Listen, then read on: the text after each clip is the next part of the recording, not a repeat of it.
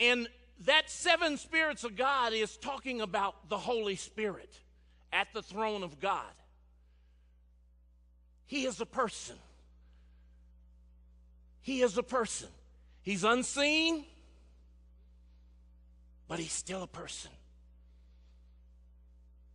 I am so thankful. We make the statement when we talk about the Holy Spirit, and we talk about our relationship with God. It's not about feelings.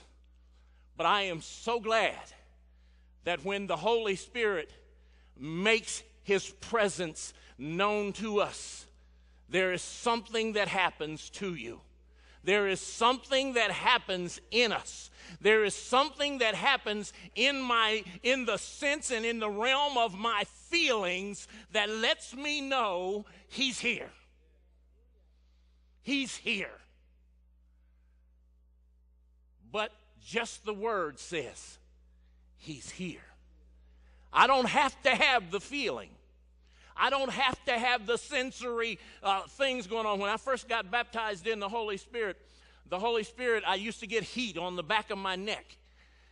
Or I'd get heat run down my neck and down my leg. And I'd know that the Holy Spirit was present and he wanted to do something and he wanted to say something. He wanted to move in a certain way in me. And I'd let him do whatever he wanted to do. As I progressed along, that feeling stopped happening.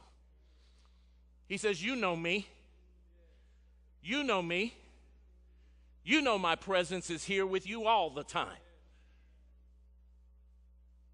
And I'm here leading you, guiding you, and directing you. The person of the Holy Spirit. If you will, as we start out this morning, we're going to read a couple of scriptures here out of the Gospel of John. John, the 14th chapter, starting at verse 15 and going through verse 17. Then we will go to John 16 and verses 7 through 15.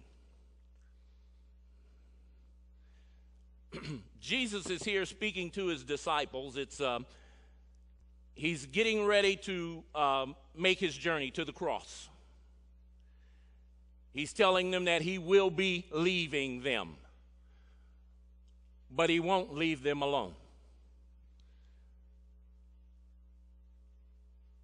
And in verse 15 of the 14th chapter, he says, if you love me, keep my commandments, and I will pray the Father, and he will give you another helper. If you're reading out of the King James, it says comforter. And he may abide with you forever.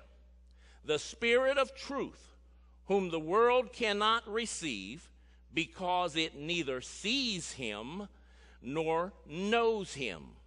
But you know him, and for he dwells with you and will be in you. Now, if you will, go over to chapter 16, starting at verse 7. Nevertheless, I tell you the truth. It is to your advantage that I go away.